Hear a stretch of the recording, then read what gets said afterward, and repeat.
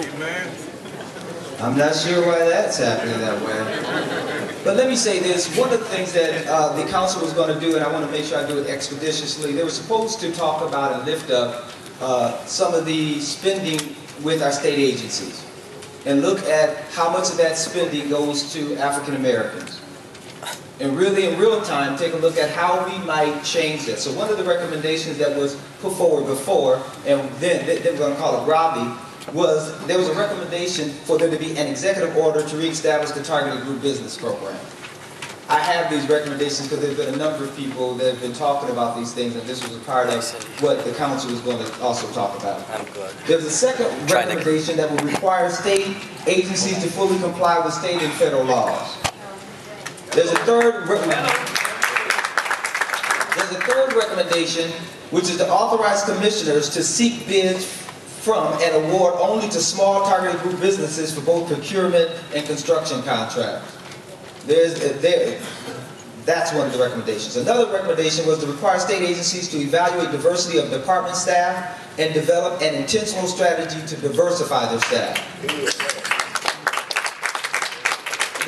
The fifth recommendation was evaluation or performance review of commissioners based on their compliance with inclusion outcomes.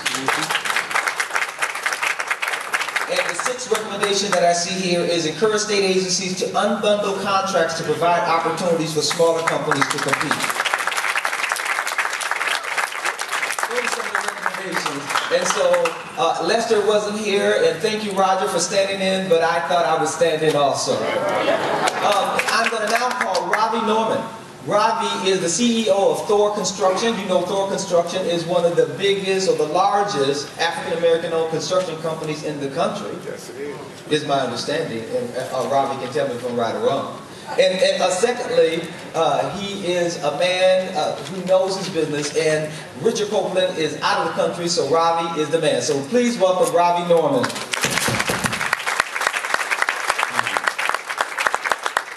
How's everybody doing? I'm doing pretty well. I'm instead for Richard Copeland today, who's out of the country, so we'll get the plan B first. First slide. Before I even touch on this, I guess I like the points that were made, and the first thing that I talk about, yes, we're one of the largest African-American-owned construction firms in the United States. We're not the largest, but we're one of the top 3. But that shouldn't fool anybody. Okay, we've struggled just as much as a lot of the other contractors, in particular minority-owned contractors, have over the last couple of years. And I can tell you that even if we are having levels of success, it's not just about us. In fact, it's less about us, it's about our entire community of minority-owned contractors who I'm up here to represent today for the National Association of Minority Contractors as well. The first thing that you're going to see up here in terms of, I got 3 areas of focus. The first thing I want to talk about is intent, commitment, and enforcement. I think you started going down that path already. You know, one of the things that I can tell you is that in every market that we are in, and we're in several across the United States, when we're the controlling general contractor or construction manager, we set historical levels of participation and inclusion for minority-owned contractors at the subcontractor level. Inside of that, we're experiencing less contractor failure than what's happening in the industry. And the contractors who aren't available to do business with us today are actually put into a system that allows for them to get sustained development. That's an important component. I say those 3 things because I want people to know the reason we're able to achieve that, yes, it's our system, but it starts with our intent, our commitment to seeing capital be allocated down. Us getting a contract doesn't serve well to just create wealth for ourselves. It's about the reinvestment of that wealth and capital allocation at lower tier levels, both from the contractor side and on the hiring side in jobs. That's a very important component that I want people to understand, because you'll see a bullet point up here that talks about sustainability.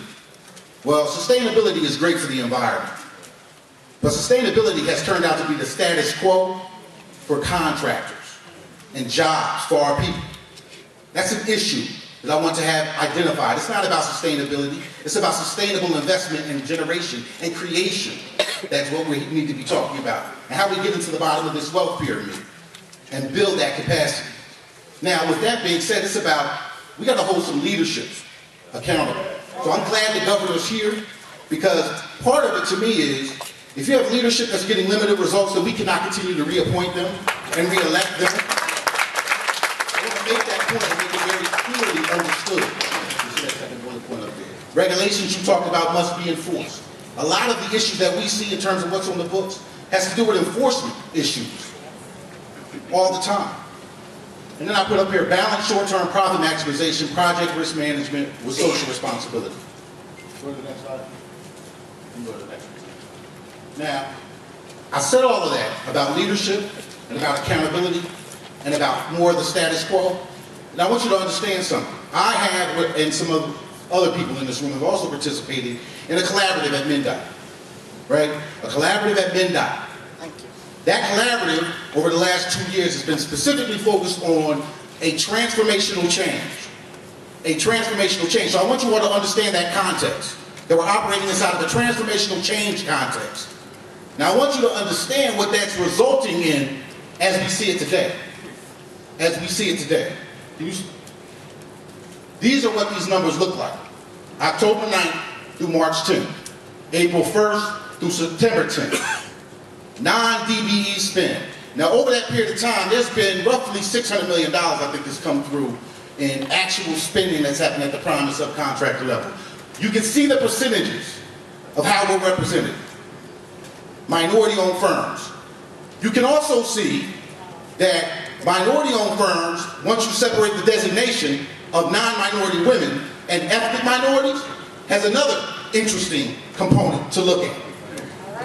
Move to the next one. Why is this? So I tried to break down here what the spend looks like. Oh, you can still see what the breakdown is. I want to show a very interesting point that I saw though. Can you go to the next one? Oh, these are quick Minnesota population statistics.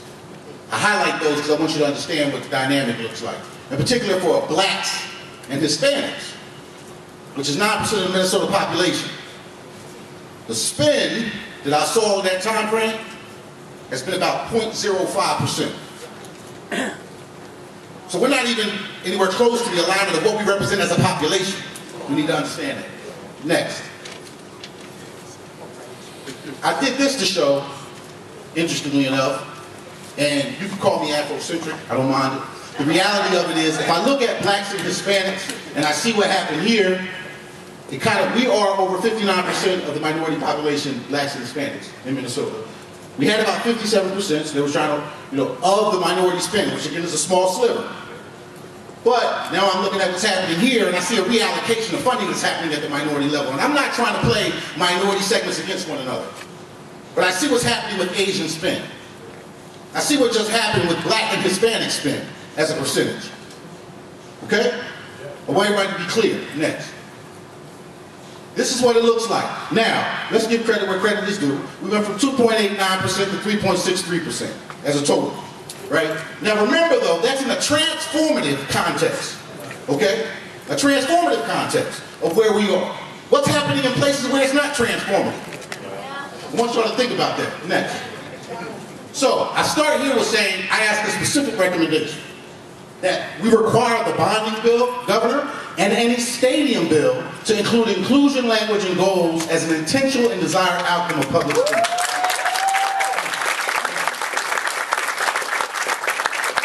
Now I get into two other components that I think are very critical. I know what's worked for us. When I talk about the results that we've gotten in every market we've been in, where we are the controlling GCCM, I did say controlling GC and CM, so anybody in the room that has some conversations of things that we might be partners in, subcontractor relationship management has been huge for us getting the results, right? Provide more consistent, transparent, and proactive communication with minority contractors. We go out of our way to do that.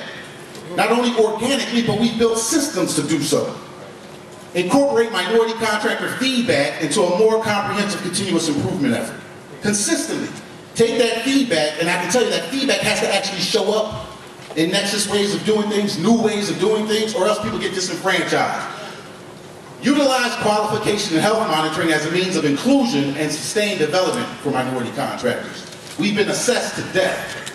But that assessment, if it's only exclusive, doesn't work.